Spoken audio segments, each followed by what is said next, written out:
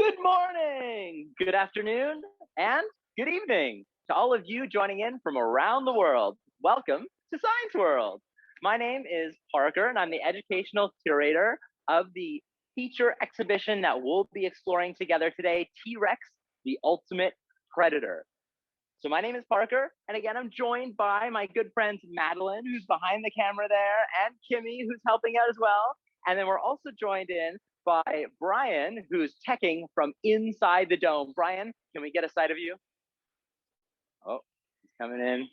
You might be able to see Brian. Ah, hi, Brian. Amazing. Oh, there he is. Yeah! All right. Thank you so much for that, Brian. Inside the dome. Amazing. So we are at Science World, and I wanted to first gratefully acknowledge that we and Science World, as well as the Vancouver Public Library, are situated on the traditional and unceded territories of the Musqueam, Squamish, and Tsleil-Waututh peoples. Now, throughout this whole journey that we're going to go on together, I'm going to certainly need your help. So when I call on you to maybe have a suggestion, or at any point in time you can ask a question, you can do so in the chat. So I want us to warm up our fingers and warm up our minds, because I want you to type in the chat in just a second. I want you to type in, what's the first thing that you think about when you think about the T-Rex? What's the first thing that comes to mind when you think about the T-Rex? Type it in the chat. First thing that comes to mind when you think of the T-Rex. And I'm going to take a look at your comments here. Let's see. Short arms, predator, tiny arms, teeth. Rawr. Oh, amazing. Teeth. Awesome. Scary. Yes.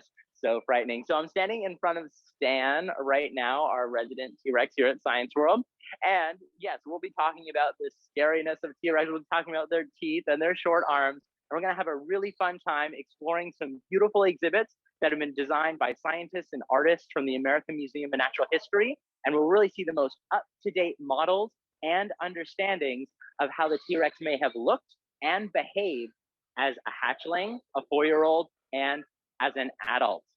I also want to say that we could not do this amazing event without the amazing support from RBC and White Spot Restaurants. So I really want to hand it off to Vancouver Public Library for some introductions. Okay, hi everybody. My name is Susie, and I'm a children's librarian at the Vancouver Public Library. And on behalf of the library, I just really wanted to welcome you all here today. It's so exciting to see all the different school groups and all the different people that have joined us from all over the place. And also a giant thank you to Science World. We are so excited to be on this virtual field trip and just so excited to be doing this today. Also wanted to let you know that we will be recording. So if anybody in any other classes in your school have missed it, you will have a chance to see that later. And we'll have a Q&A at the end.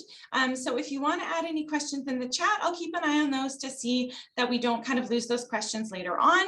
And I know some of you have sent questions in, and Parker and our friends from Science World will be answering some of those questions as we go as well. We also have a couple things that will be showing up in the chat. We have a book list from the library. So if you want to check out some great dinosaur books from the Vancouver Public Library, you can take a look at that as well. And we will also have a link to some of our upcoming programs. So if you want to take a look at those, we would love to have you join us again. And lastly, we always love to hear your feedback. If you have any comments or anything you'd like to let us know about this program, just reply to the registration email that you got, and we'd love to hear from you. That's it for me. Back to you, Parker. Thank you so much. Appreciate it. Amazing.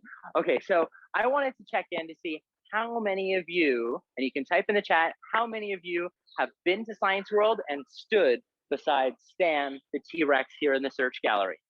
How many of you, and type in the chat, how many of you have been here to Science World and stood beside Stan, the T-Rex? Well, I'm seeing a number 22. I think I saw. Amazing. Oh, a lot of us. Nice.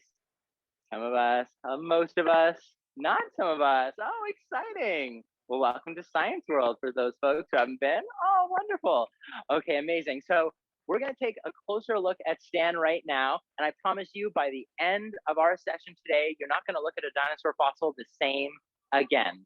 So what I think, and I have definitely been experiencing as a curator of T-Rex the Ultimate Predator, is investigation is an adventure of the imagination.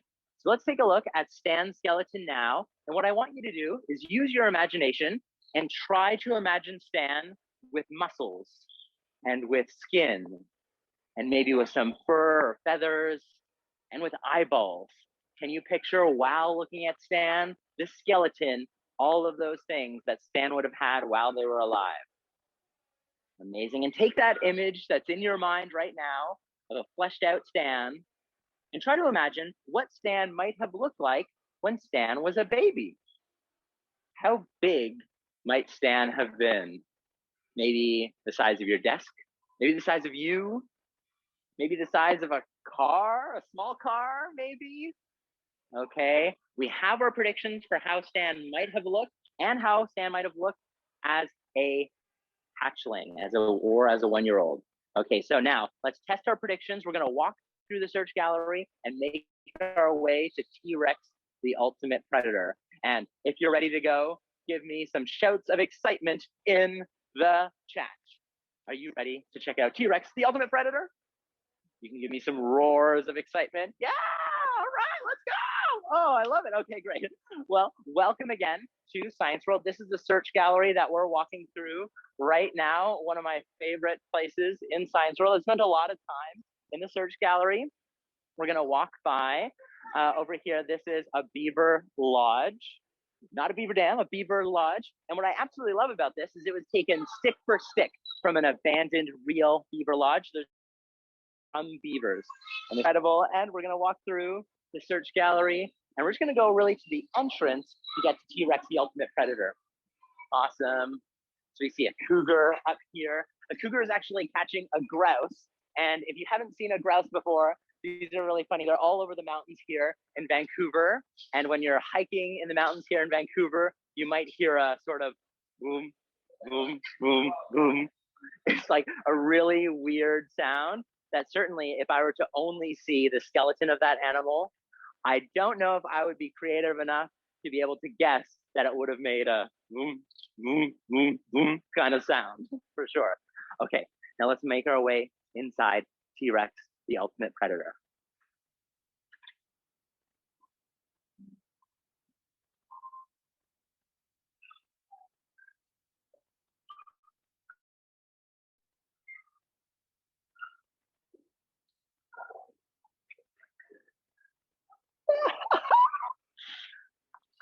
Believe it or not, this is a baby T-Rex.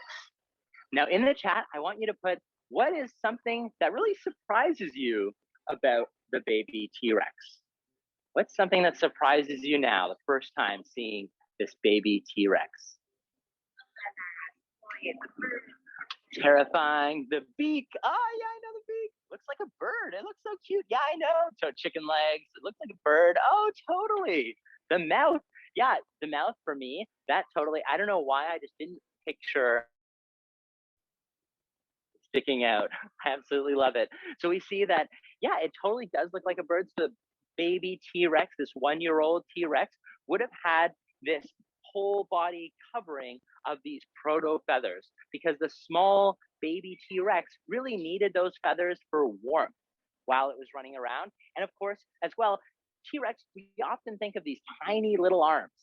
Now, this baby has quite long arms in comparison to its body, especially when we think about the adult. So it's really cool is that means the baby T-Rex must have been able to run around and hop around pretty quickly. It must have been able to move some things around. And certainly it would not have been able to catch really large prey like a Triceratops. So it would have also eaten very different things. It would have eaten maybe some insects and some small animals that it could catch.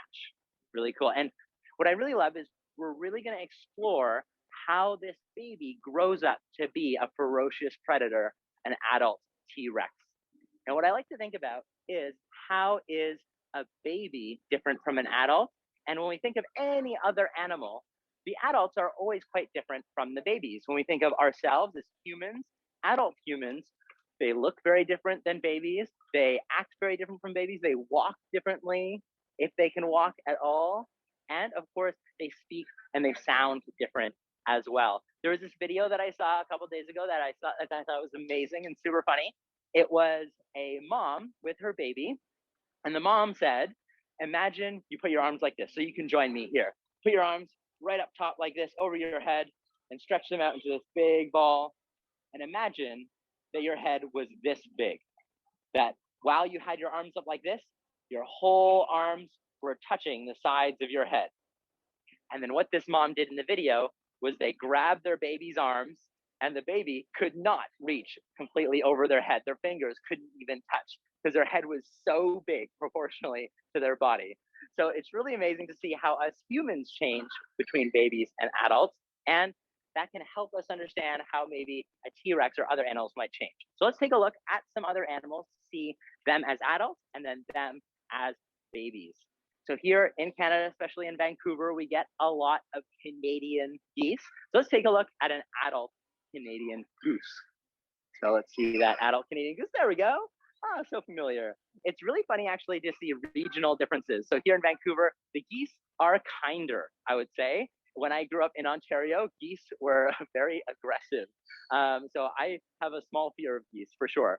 Okay, so this is an adult goose, really cool to look at its coloring, where its colors are, the size of its body, the size of its head, the size of its beak, and its legs. Okay, now what I want you to do is imagine in your mind what this animal might look like as a baby.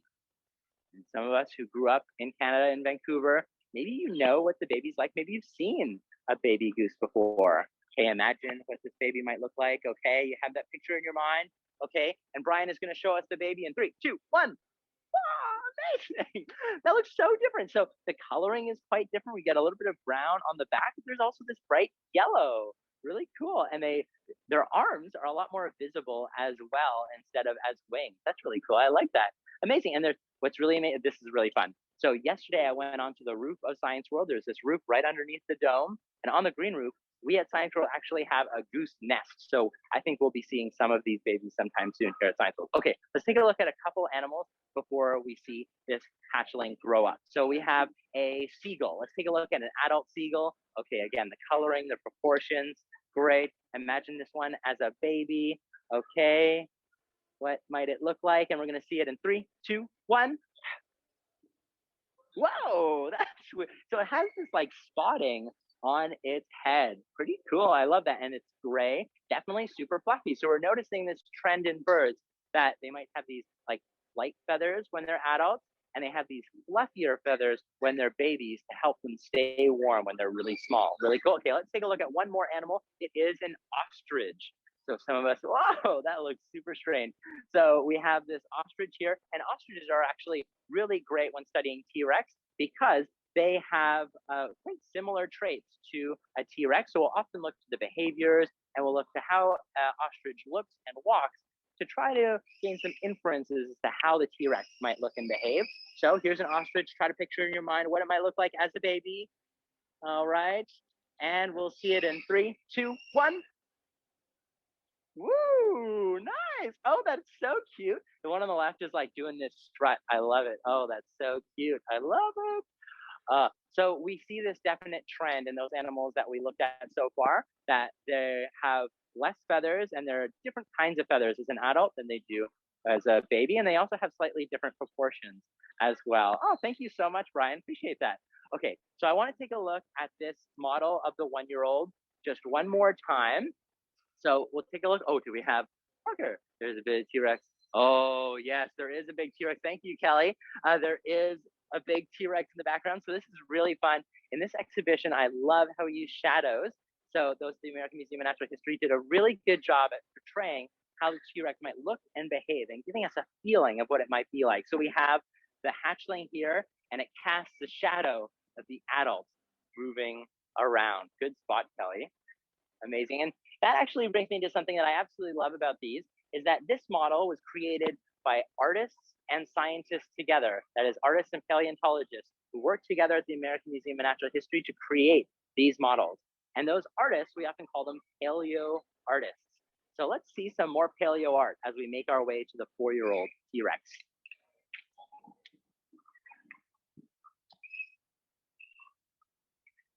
So the paleo artists, they've been making these beautiful models. And we also have these illustrations on the walls of other tyrannosaurs in the Tyrannosaur family. So paleo artists have been really important when we're trying to visualize our hypotheses. So the only way that we can actually visualize our current understanding of what these animals might have looked like is through art.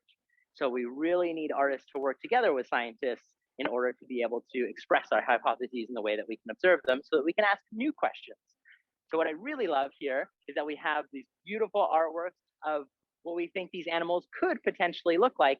And these are not T-Rexes, but there are a lot of different Tyrannosaurs. So T-Rex is just one member of the Tyrannosaur family. And this is many others. So we have the Albertosaurus, we have Guanlong, which we'll see a little bit later on, the Tarbosaurus. So studying other members of the Tyrannosaur family helps us understand what the T-Rex may have looked like and how it might have behaved. So the T-Rex is a Tyrannosaur in much the same way that humans are primates. Pretty cool. All right, so let's take a look. This is a 4-year-old T-Rex.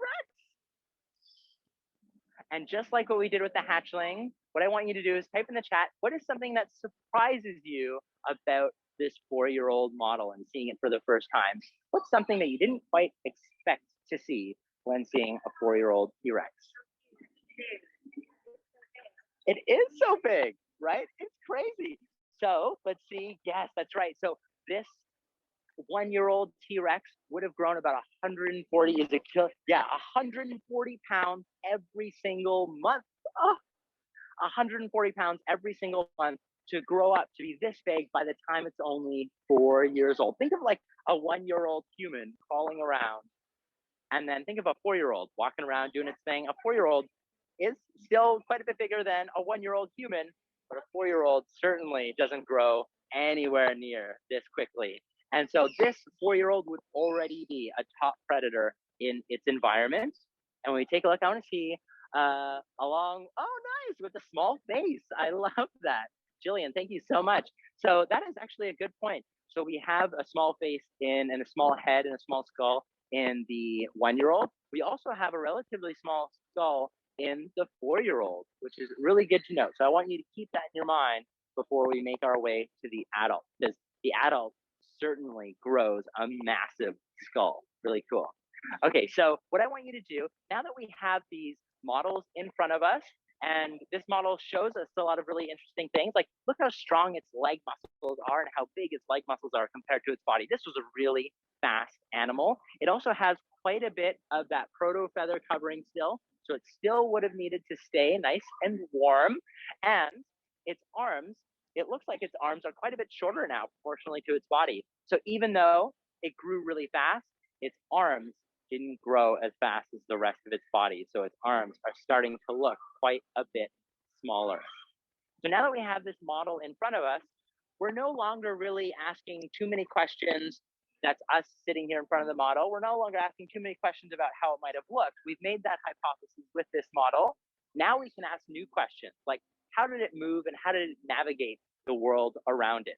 So what I want you to do is try to imagine, and you can type in the chat, how might this 4-year-old behind me now, how might this 4-year-old open a birthday present?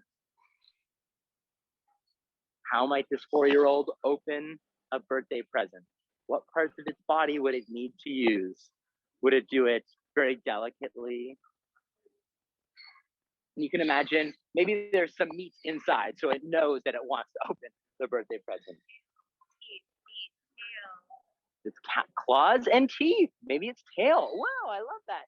Feet and teeth with those cute little arms. Mouth and feet. Bite it with its mouth. Stomp it. Bite it apart. Oh, amazing. I love all of these with its mouth. Thank you so much, Sonia. Brentwood with its teeth. Elaine with its feet. Okay, I'm going to grab a couple other objects here. There we go. And I think I also had a blue one somewhere. I'll get that later. Awesome. Nice. So you have some really great predictions. Maybe it'll feel it and investigate with its mouth and with its nose. It might sniff it, it might feel it, and then maybe it'll use its feet to try to open that box, maybe its tail, move it around, and then maybe it'll try to use its teeth to rip open some of that paper and open it up to do things that are more fine-tuned. I love it. Those are some great predictions, and these are the kinds of things that I really love about investigation. You get to imagine some different hypotheses as to how these animals might have looked and behaved. And sometimes what we'll do is we'll actually look to other animals alive today to help us predict how these animals might have moved. So we often look at an ostrich because an ostrich proportions are somewhat similar to the proportions of this 4-year-old. So let's see maybe an ostrich feather, because for me, and I think Brian has a video of an ostrich feather for us, and I love that one. And we can see I actually have one in front of me here. Oh yeah, beautiful. So this feather is absolutely stunning.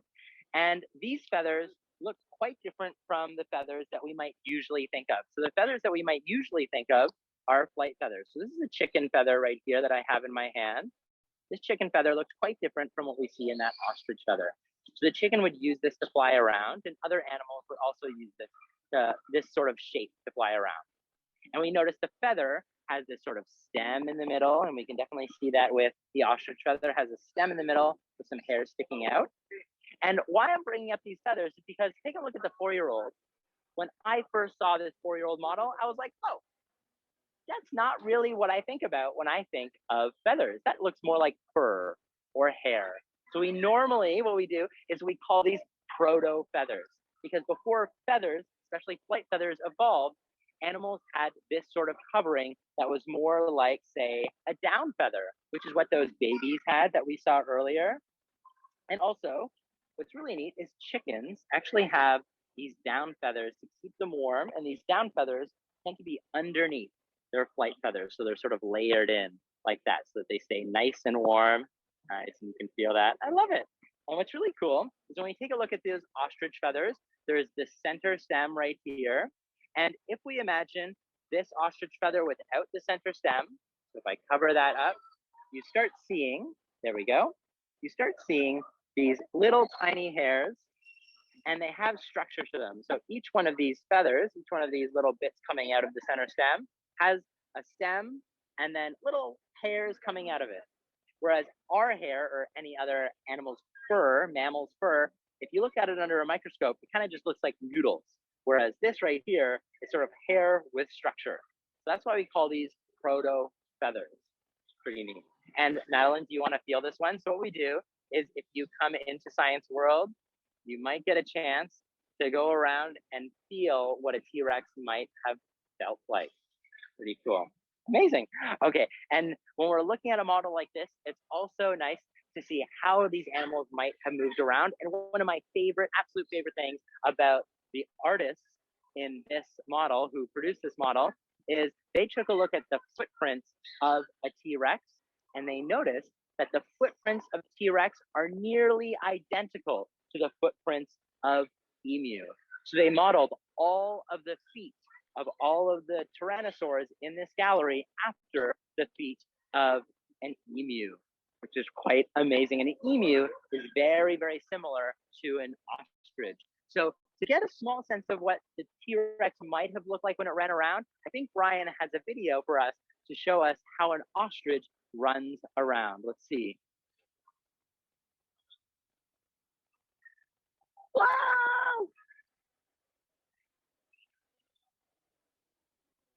And while we're looking at this video of ostriches walking around, let's take a look at the 4-year-old as well behind me. And there have been, in northern BC, there are footprints that we saw of multiple Tyrannosaurus Rexes walking together. So it may have been that some 4-year-old T-Rexes may have walked in a very similar way in a group, like these group of ostriches. Thank you so much, Brian. Really appreciate it. So great. Oh, so much fun. So not only would we look at like animals alive today, we can also look to the shapes of bones to give us a sense of how these animals might have moved around. So we're going to see we'll let this 4-year-old grow up a little bit, and we'll see an adult T-Rex bone. Let's take a look. So in the chat, I want you to guess what part of the body of an adult T-Rex do you think this bone might be from? What part of the adult T-Rex body could this bone potentially be from? Leg. Jillian says the leg. Nathan says maybe the back. We have Visser says the femur. Oh, nice. The thigh. Legs and feet. Stu says the leg. We got a lot of thigh bones, legs. Spot on, everybody. Love it. Thank you so much. This is definitely a femur. And one thing that tells us that is definitely the shape and the size. But something really amazing is that you and I and all humans are animals with spines. We call them vertebrates. And what's really amazing is the T-Rex is also a vertebrate. It's an animal with a spine and it has bones. So we are more closely related to the Tyrannosaurus Rex than we are to, say, a jellyfish or a worm or an ant or a spider. What's really neat is we have shoulders, and so do the T-Rex. We have arms and fingers and toes, and so does the T-Rex. We have toenails, so does the T-Rex. We have teeth and jaws, which is really cool. And all of our joints, and this I think is incredible, our joints are very similar shapes to the joints of the T-Rex. So when we're taking a look at this femur, and I suggest you do this with any fossil and any bone you see in the future, take a look at the shape of the bones and points. So I'll have you look down here at this thigh bone. I'll have you look down here at this thigh bone. Incredible. Okay, so we have this part right here. This is called a ball joint. So that means it moves, and you have a ball joint in your shoulder. So you can move your shoulder around. You can see how that part of the bone might have moved. You also have a ball joint in your hip. So your femur, your thigh bone, goes from your hip to your knee. And this joint right here, there's a ball joint, and you can move that around and see what the range of motion of that particular part of this bone might have been. So this is a ball joint here. It looks like a ball on the end. Now you can recognize that in any fossil you see. And at the other end of this bone, we have a different sort of shape. Let's see, it has these two sort of hinge-like shapes right here. So this is actually called a hinge joint.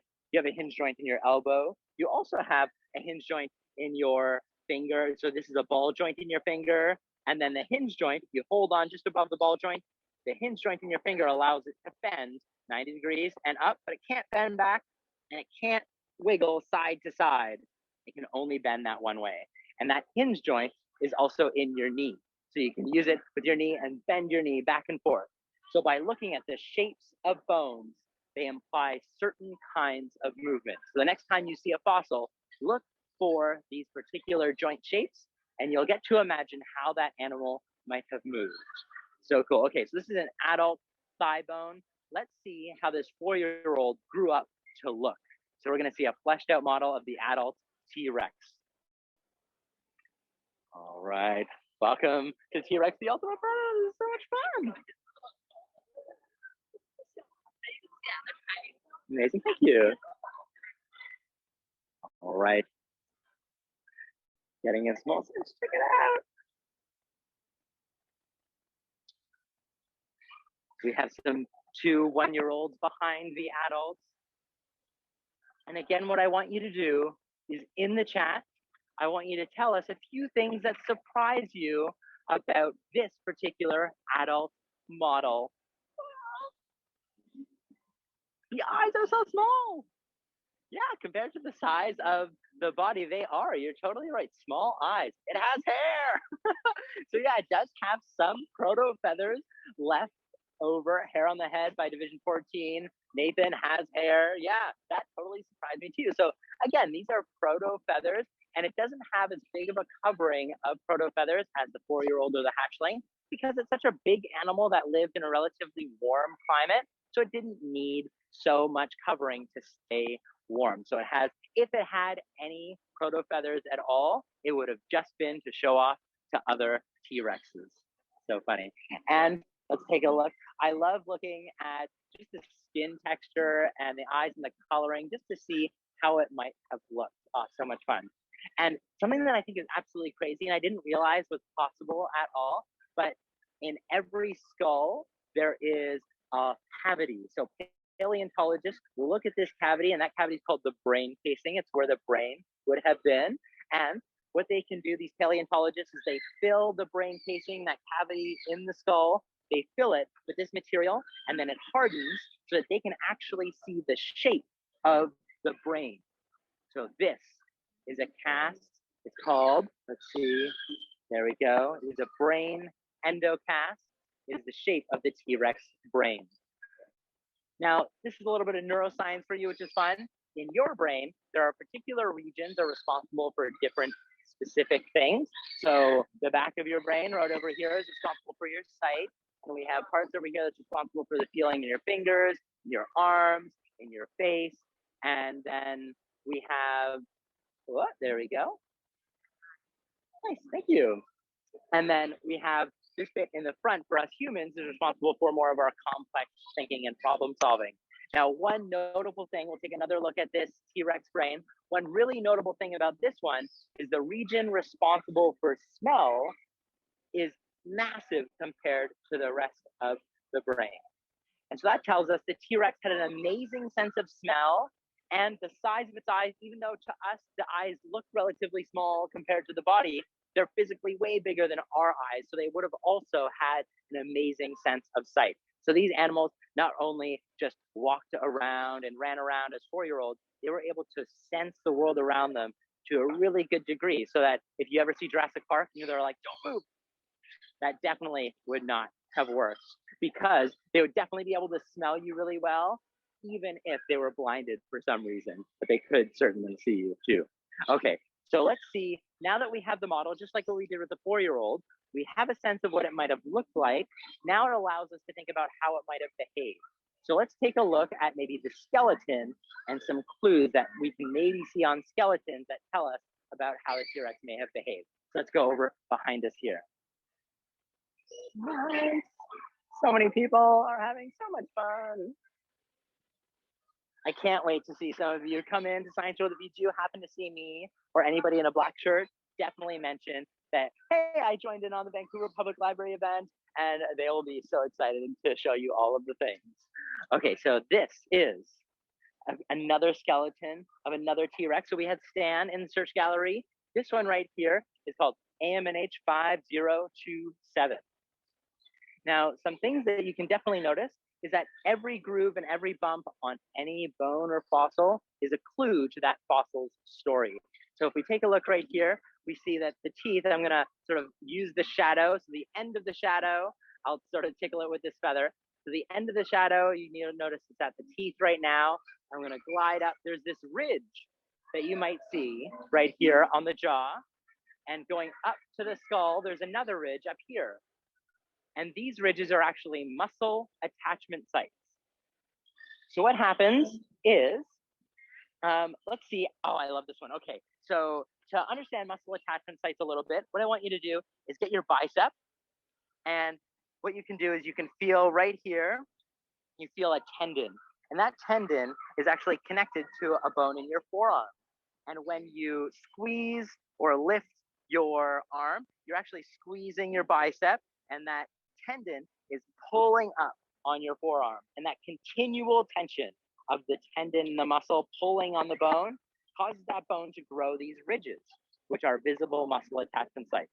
So now not only can you recognize maybe some of the shapes that are in the endpoints of bones, see how they move, you might also see muscle attachment sites. Pretty cool, I love that. So this particular muscle attachment site, if we can take a look at it one more time. So right in the mouth right there, awesome. That is actually a muscle that you have in your mouth. So if you wanted, you can put your fingers on the side of your face, just right here, sort of where your jaw is. There we go. And if you close your teeth and clench your teeth just a little bit, not too hard, you feel yourself flexing that same muscle. And I think, yeah, Brian, thank you. Brian is showing us a great video or a great image of the model that we have in the gallery that the artist represented that muscle with. And so we see the muscle attachment sites in the skeleton, and that tells us where that muscle might have been on the actual living creature, which is really cool. And you can do that with pretty much any part. With the bicep muscle, there are muscle attachment sites to the legs and other parts like that. And one other thing that I want to point out as well, I'll grab my feather pointer to tickle with the shadow. So you can see the shadow of the feather right here. There are these grooves that are actually Tyrannosaur, that is T-Rex tooth marks. So another T-Rex has come in and bitten the snout of this particular individual. And this is actually found on a lot of different T-Rex adults. They have these facial scarrings from other T-Rexes biting on their snout. So we look to like animals alive today, and crocodiles and alligators have a similar sort of behavior where they will bite on each other's snouts and nip on each other's snouts to kind of show how strong they are, or to try to fend off other competitors. So they'll bite on those snouts in a non-lethal way, but obviously it shows up, so it must have hurt quite a bit. Pretty cool. All right, so now what I want to do is I want to take a look at some other members of the Tyrannosaur family very quickly. So let's take a look.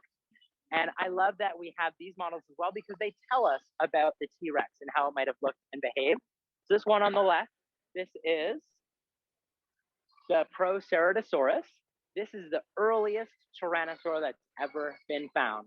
So a common trait, if you find like a skull, a way that you can know that you're looking at a Tyrannosaur, something that's in the same family as the T-Rex, there are the teeth. All Tyrannosaurs in the family have smaller front teeth, and they're actually shaped like a capital D. So they have a flat back and a round outside, and we actually have a tooth that's a very similar shape. So if you can take your tongue and feel your mammalian canine, so it's that sharp tooth right here, and right here, and right here, and right here. You can feel it with your tongue. It has a flat back and a round outside, just like a Tyrannosaur tooth. But Tyrannosaurs have actually serrated teeth. So they have the texture of a knife blade, which is super cool, so that they can cut into their prey. Pretty sweet. So this is a Proceratosaurus. It was found to live around 166 million years ago. Now the T-Rex, in comparison, lived only 66 million years ago. And this is a lot of numbers, but that means that we are closer in time to the adult Tyrannosaurus Rex than the T-Rex was to its earliest ancestor. So we're only 66 million years away from the adult T-Rex, and the adult T-Rex is 100 million years away from its earliest ancestor. Pretty cool. Okay, let's move on over here. We have Dilong, and this one is really amazing, Dilong paradoxus.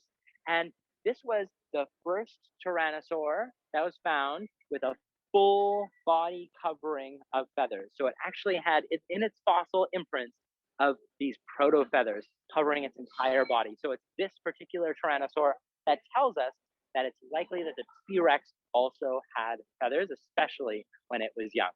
Very cool. And then one other member of the Tyrannosaur family I really want to show you. Really cool, amazing. This is the Xiong Guanlong. We had these earlier smaller Tyrannosaurs, and then we have these later larger Tyrannosaurs like the Albertosaurus and the T-Rex. But there's this big evolutionary gap in the fossil record. And so we were like, oh, this is weird. So we know that there's the same traits, but there's nothing really linking them together. We need that puzzle piece in the middle. And Xiong Guanlong was that puzzle piece connecting these earlier Tyrannosaurs from about 166 million years ago to the ones that showed up much later on, like the T-Rex 66 million years ago. Pretty cool. Okay, I want to take a look at the family tree before we get into a really fun activity. Okay, so the Tyrannosaur family, as mentioned, just like we humans are primates, T-Rex was a Tyrannosaur. And it was actually one of the last Tyrannosaurs to walk this earth before the meteor impact. And this is the nice family tree of Tyrannosaurs. Now, Tyrannosaurs are all what we call theropods. Theropods have specific bone structures, and they carry their weight over their feet. So they don't stand with a wide stance. It's not like they're sitting on, say, a horse or something like that. They stand with their feet directly below their body. And another animal, another branch. So this is one branch of theropods. Another branch of theropods that evolved alongside Tyrannosaurs were birds. And birds are literally theropod dinosaurs. Very cool. So what's really neat is, yeah, birds are the only living descendants of dinosaurs, and they are living dinosaurs. So next time you see a bird, know that you're looking at a theropod dinosaur. Pretty cool. Okay, the last thing that we'll see, and we'll really get into a fun activity, is really quickly, this is a touchable fossil that we have here at Science World. This is actually a foot bone here at Science World. And what I really love is that there's this part right here. This is actually a vestigial, we call it. It is left over of a pinky finger. So it evolved away. So the foot of the T-Rex, and this is the foot right here, had its foot bone, and its foot bone would actually normally be upright. And it's really cool. So this pinky evolved away. So if this was, say, the foot, what we're looking at right here is this bone right here, the foot bone. And then it has its sort of dew claw sitting up like that. And these three fingers are these three right here. Pretty cool. All right, so looking at the foot bone really gets us to think about how did this animal walk. So what I want you to do is, if you have space around you, you can stand on up, and I'm going to show you how you can stand and walk like a T-Rex. So I think we can actually move on over there where there's a bit more light. All right.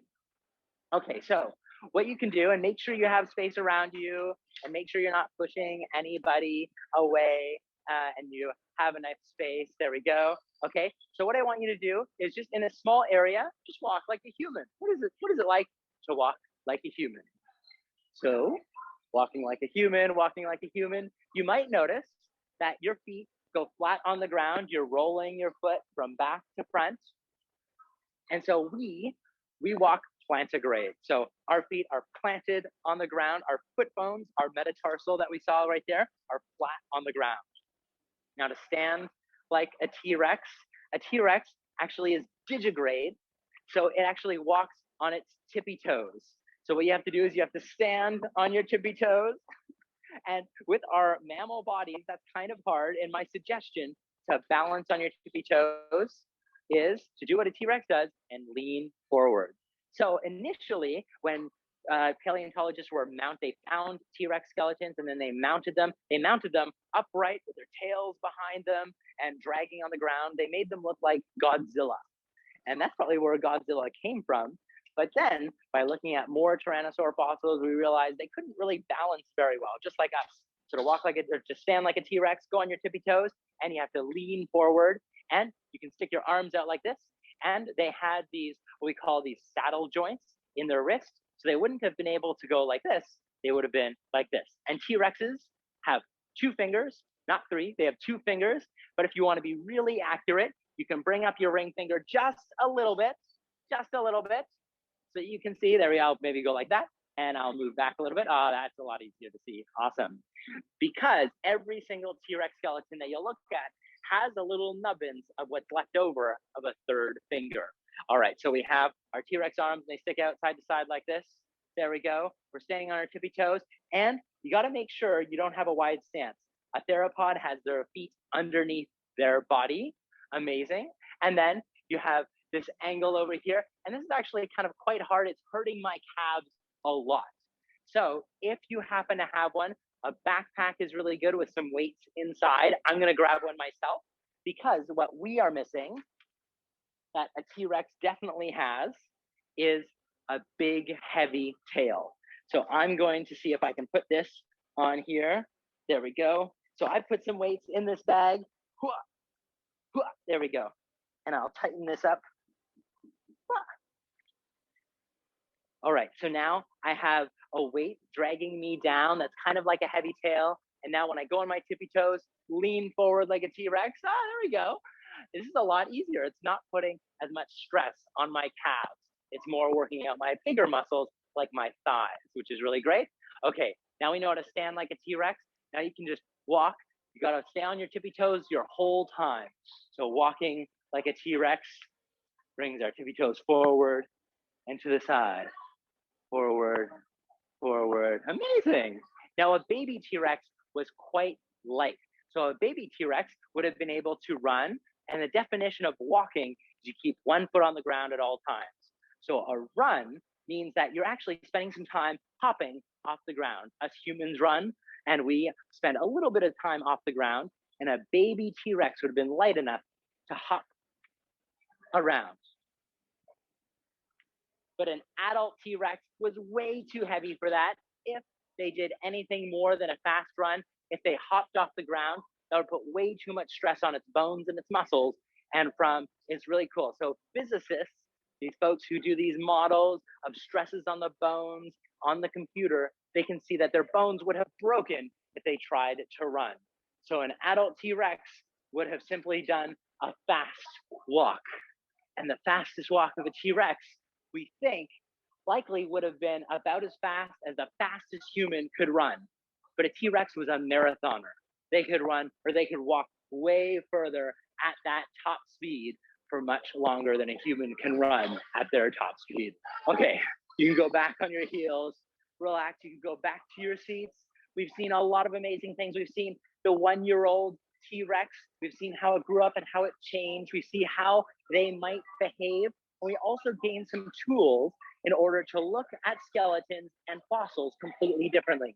The shapes of their joints to see how might they move, to imagine them with muscles and skin and fur and feathers on them as well. Awesome stuff. Well, thank you so much, everybody. We have a Q&A session now, so feel free to ask your questions. I know we have a few. Oh, there was one question that I know I can answer. One person asked, how many teeth does a Tyrannosaurus Rex have? How many teeth is a Tyrannosaurus? I think we have 30 something in our mouth, but a T-Rex actually has about 60 of those serrated teeth in their mouth. Serrated means that they're textured like the edge of a knife. So T-Rex has 60 serrated teeth in their mouth, and they're serrated. And you might notice sharks are other animals that have teeth that are also serrated like a knife.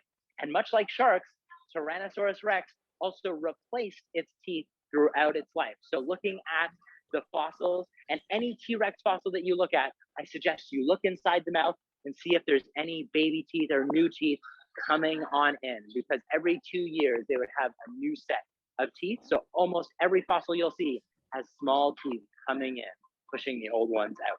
Super cool. So what other questions do we have here today? Can I bring in one question that we actually got asked quite a bit in the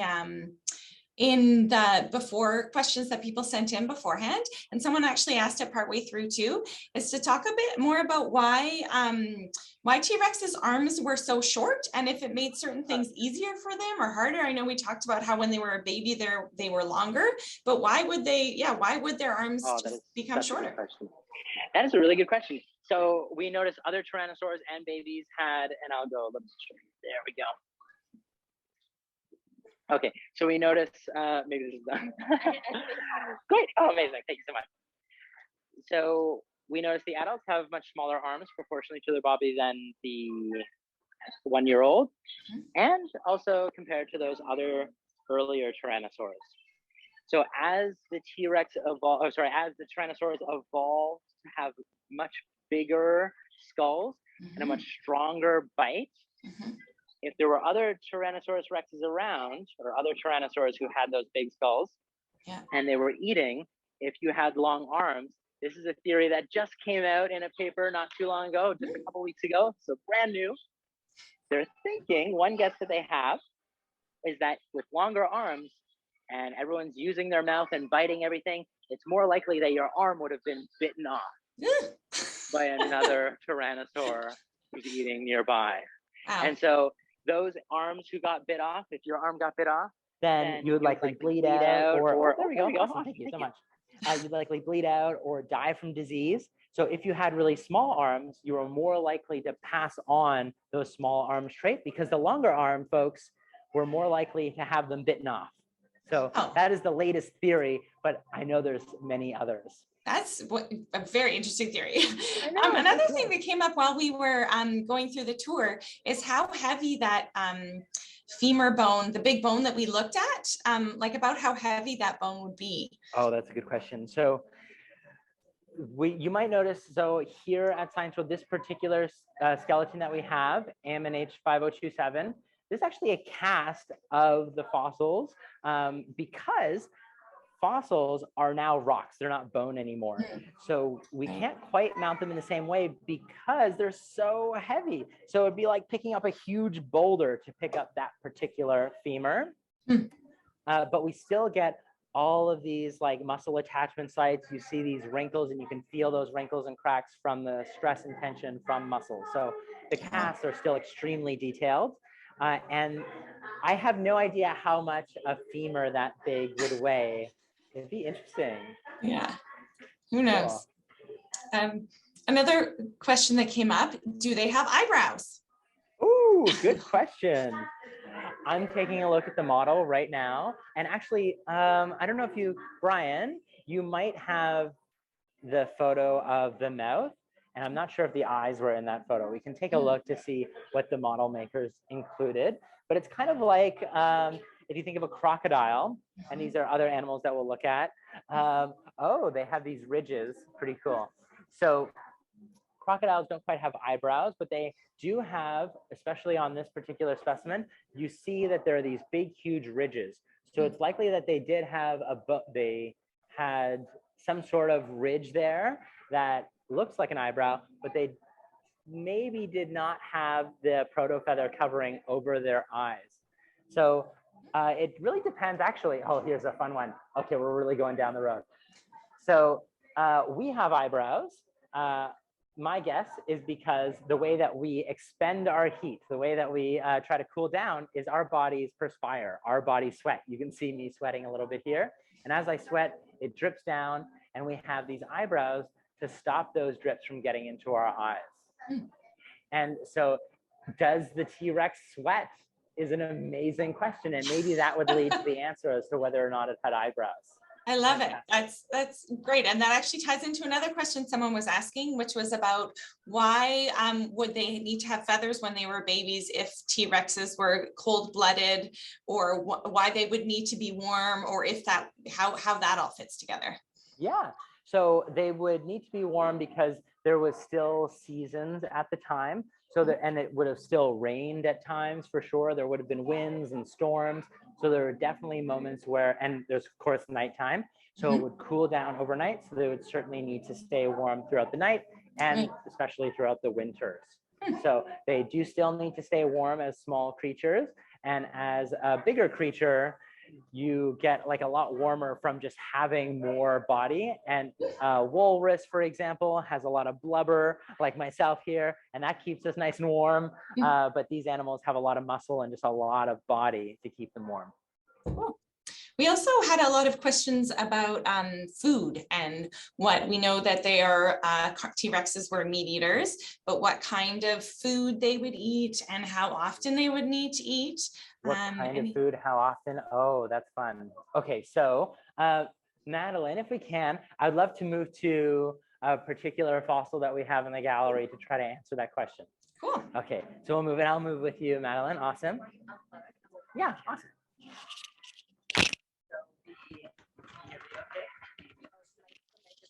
Oh, really?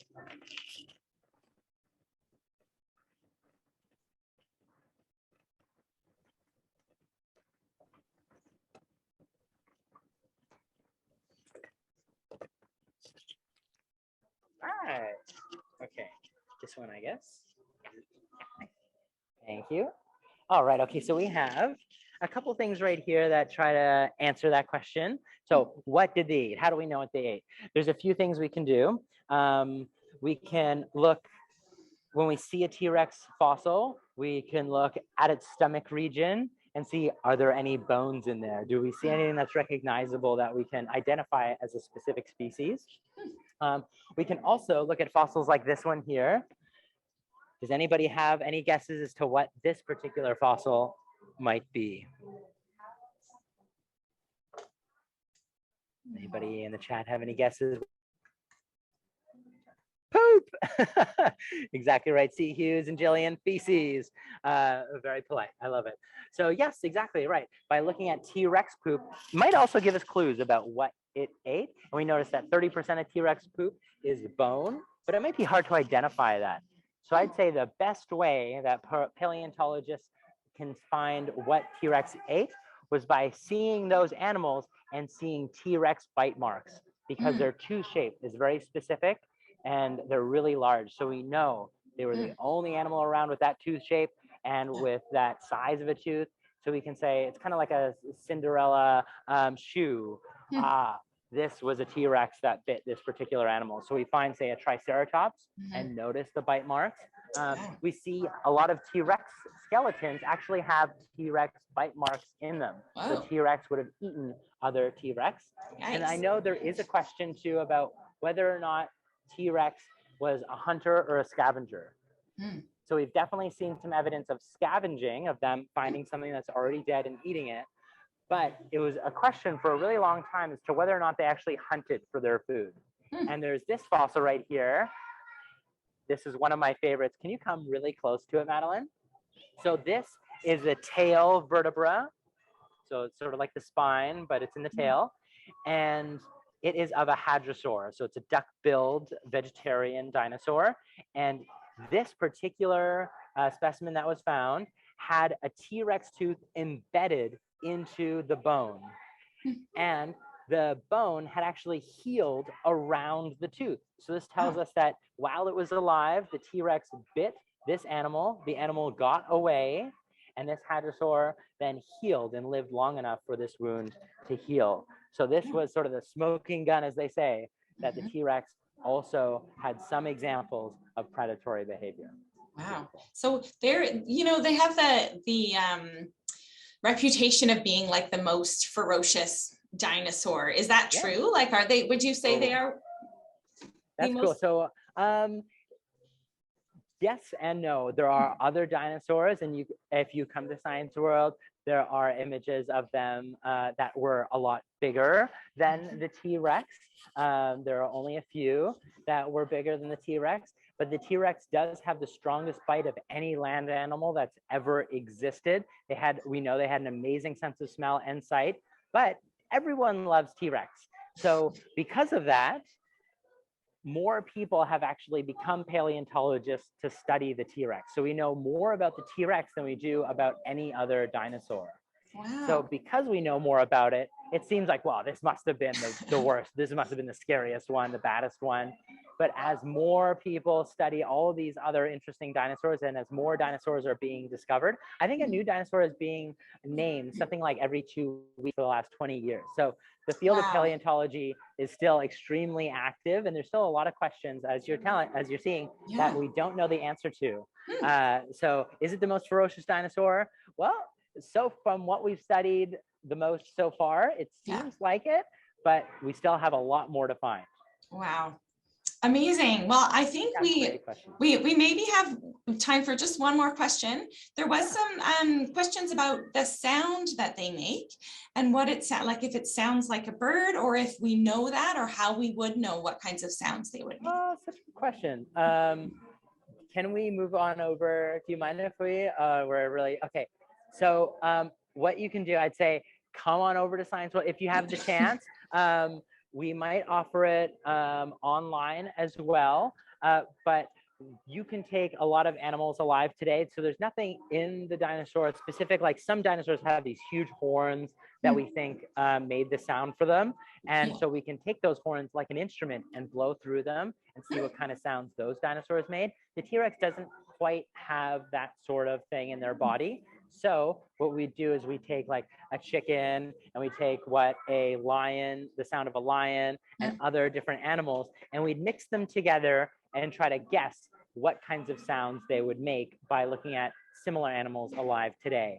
But the straight answer to that is we have no idea how it sounded, but investigation is an adventure of the imagination. The more we make predictions and put them in art, like Jurassic Park, the more we can all go, oh, there's something about that seems kind of off.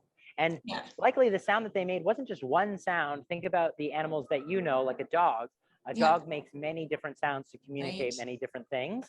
And we do know its sense of hearing. It could hear really low-pitched sounds. So it's likely that they made a really low-pitched growl.